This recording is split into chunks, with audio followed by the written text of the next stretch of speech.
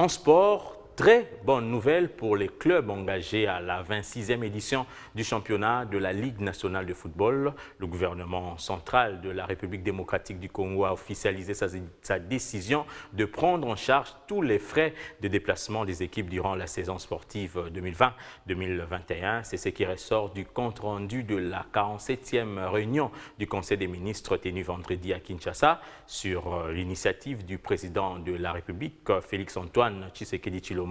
Cette aide à l'endroit des équipes de football fait suite à la crise financière causée par la pandémie du coronavirus.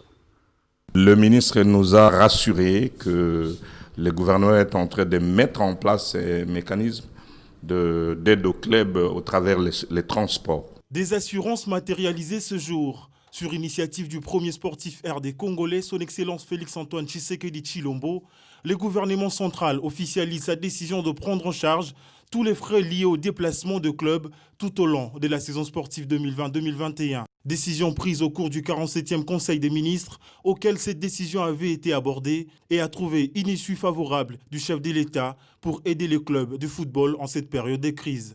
Chose qui éviterait l'élasticité de ce championnat suite aux multiples reports des matchs liés à ces fameux problèmes de déplacement des équipes.